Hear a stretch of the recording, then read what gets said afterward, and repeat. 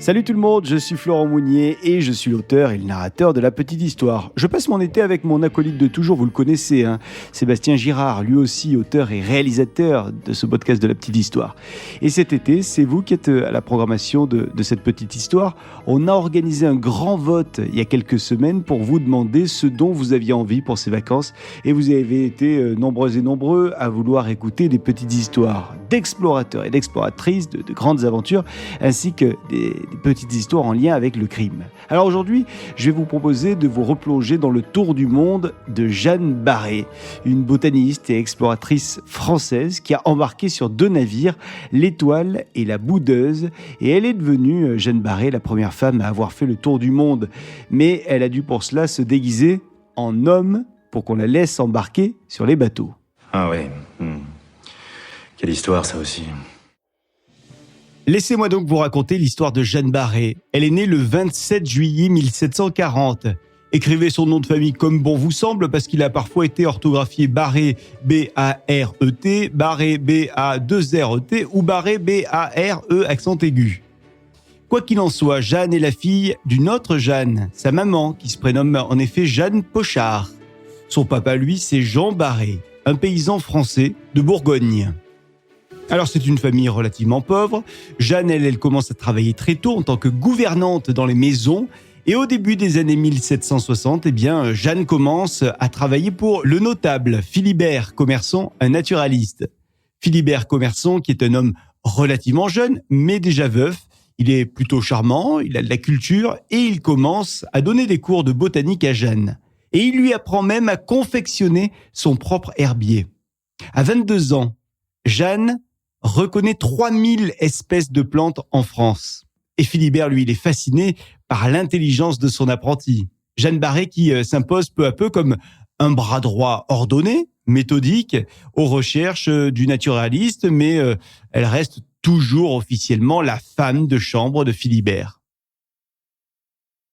Le naturaliste est de plus en plus attiré par cette jeune travailleuse et petit à petit, leur lien se resserre, tous deux se rapprochent et ils finissent donc par tomber amoureux. Au bout de quelques mois, le ventre de Jeanne semble un petit peu plus rond. On est en 1764. Philibert et Jeanne ne sont pas mariés. Il y a une différence d'âge assez importante.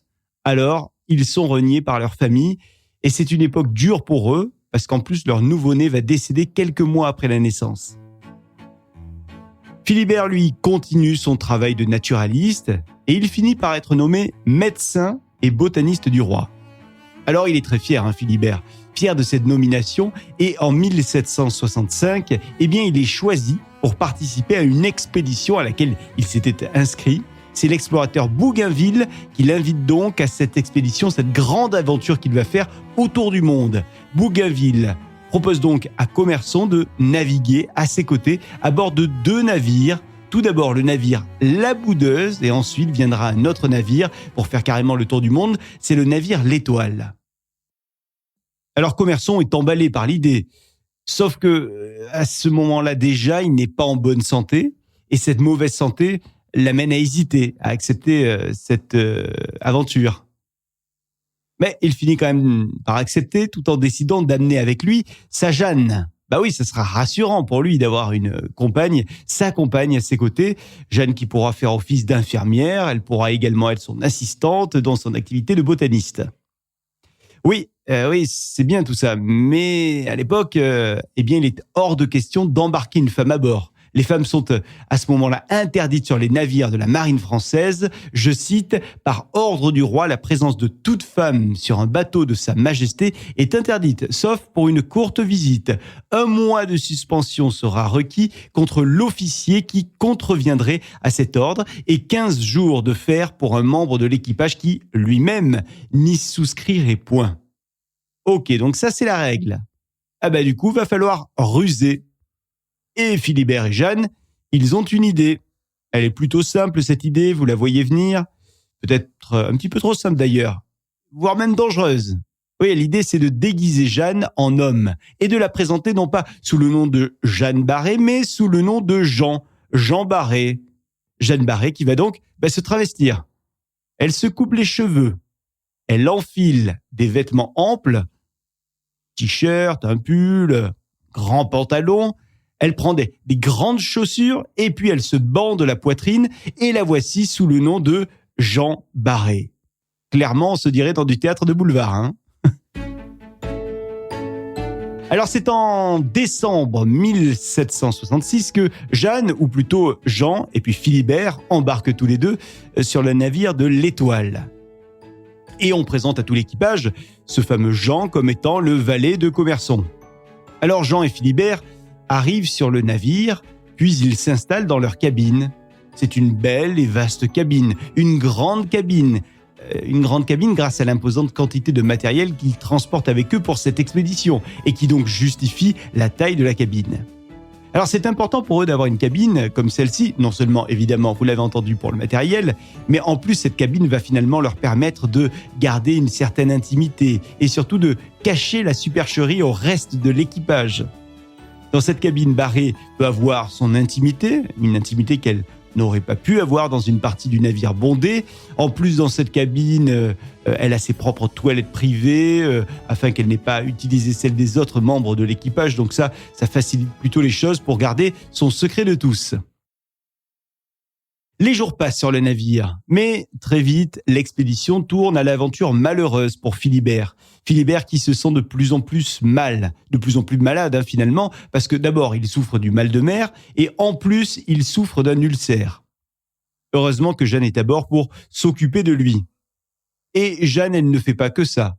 Elle doit aussi porter le matériel, parce que chaque fois qu'il s'arrête quelque part, eh bien, il y a du matériel à porter. Elle doit d'ailleurs porter tout le matériel en raison de l'état de santé de Philibert qui ne peut soulever aucun poids. Et Jeanne, elle fait tout pour ne pas mettre la puce à l'oreille des équipiers sur sa véritable identité.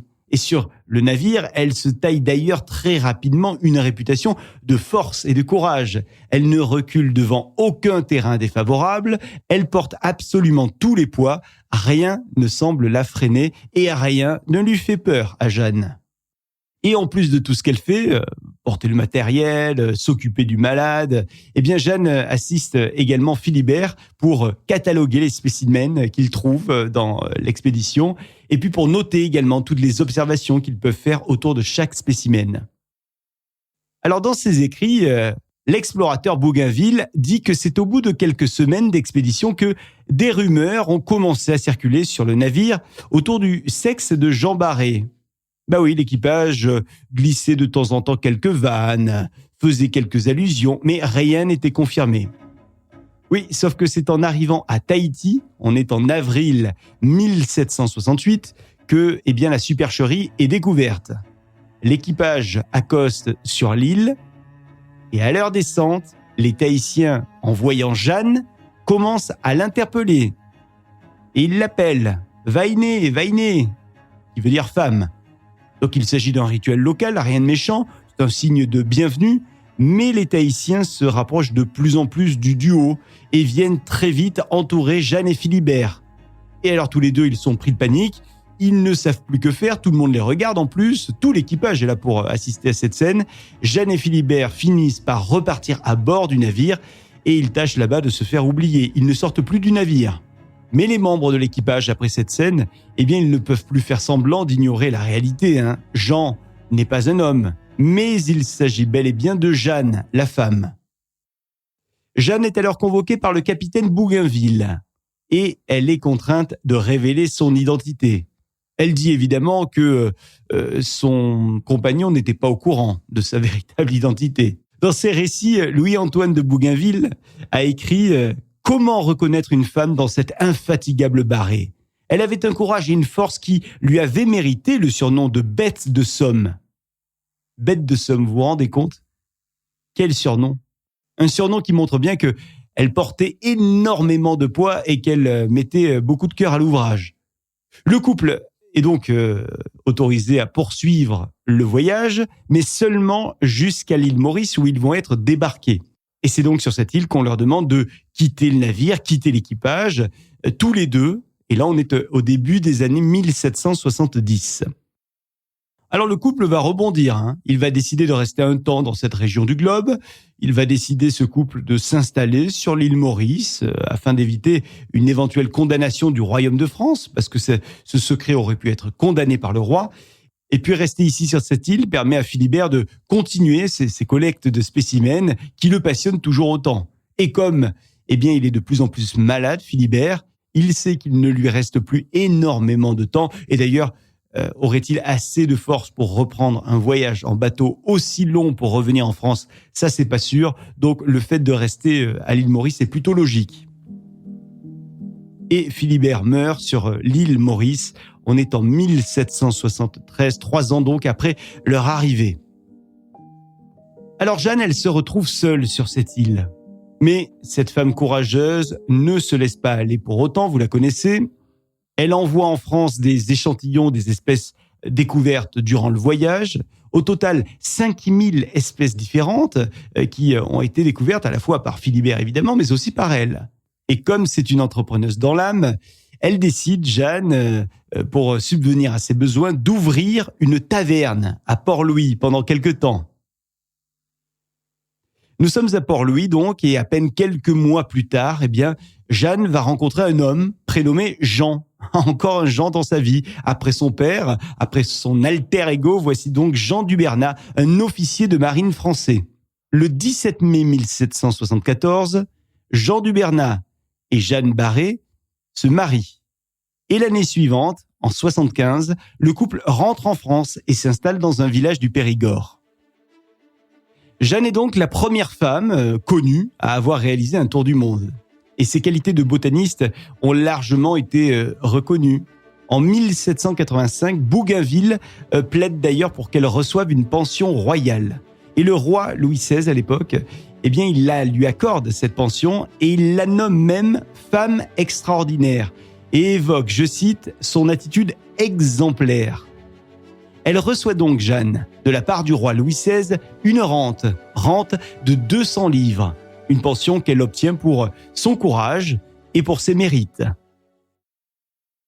Beaucoup plus tard, on est en 2012 et on lui a à nouveau rendu hommage à Jeanne, puisque une espèce de plante a été découverte en Amérique du Sud et elle a été nommée Solanum barrettiae, pour Barré, en son honneur.